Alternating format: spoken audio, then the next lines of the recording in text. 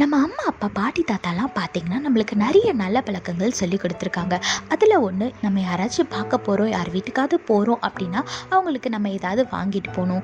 இதே மாதிரி நம்மளோட வாழ்க்கையில் ஏசப்பா நம்மளுக்கு ஒரு நல்ல பழக்கம் சொல்லி கொடுத்துருக்காரு. அது என்னன்னு பார்க்கலாமா? வேதத்தில் பாருங்கள், லூக்கா 10:5 போட்டிருக்கு. ஒரு வீட்டில் பிரவேசிக்கிற போது இந்த வீட்டுக்கு சமாதானம் உண்டாவதாக என்று முதலாவது சொல்லுங்கள்னு வேதத்தில் போட்டிருக்கு.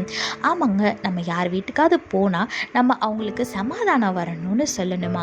இப்ப இருக்க காலகட்டத்துல என்னதான் நிறைய காசு பணம்னு இருந்தாலும் நிறைய பேரோட மனசுல சமாதானம் இல்லை. ஸோ நம்ம எல்லாருக்கும் தேவையான ஒரு விஷயம் சமாதானம்.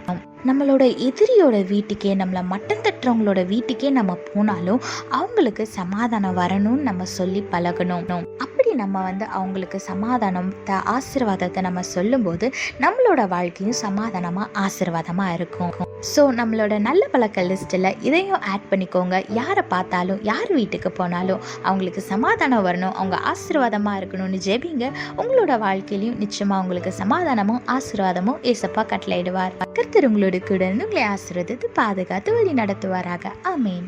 Our grandparents and our parents have taught us lots of good habits. For example, if we go to someone's house, we have to buy them something. For example, fruits, snacks, sweets, something like that. Likewise, in our life, our God is teaching us a good habit. Look what the Bible says in Luke chapter 10 verse 5. Whenever you enter someone's home, first say, "May God's peace be on this house." Yes, in this world, what most people need is peace. So it doesn't matter whoever house you are going to. It might be your relatives, friends, colleagues, or even your enemy's house. Bless them and say that may God's peace be on this house.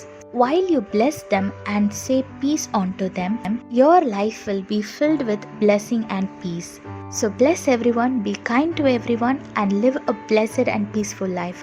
God bless you all. Have a blessed day. Amen.